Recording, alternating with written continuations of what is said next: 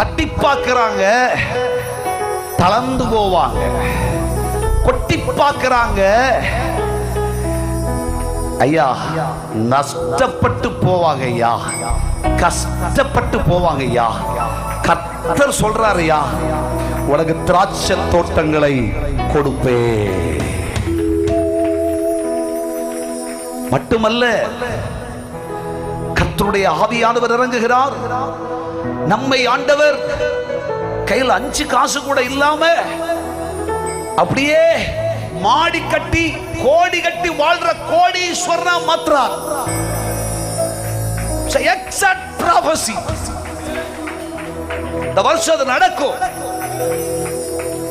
எழுதி வச்சுக்க. உங்க குடும்பத்தில் ஆண்டவர் செய்ய போறார். சம்பாத்தியத்தை பார்த்தா என்ன 1000 ரூபாய் வாங்கிட்டு இருக்கிறான் அந்த மனுஷன். ஆனா பாரு, கட்டுற வீட பாருயா, 2 மாடி வீடுயா, 6000 ஸ்கொயர் ஃபீட்யா, ஸ்விம்மிங் பூல்யா, கார பாரியா, உலகம் சொல்லுயா, பிரமிச்சிருவியா. கர்த்தர் உனக்கு கொடுப்பாரியா. விசுவாசிக்கிறியா?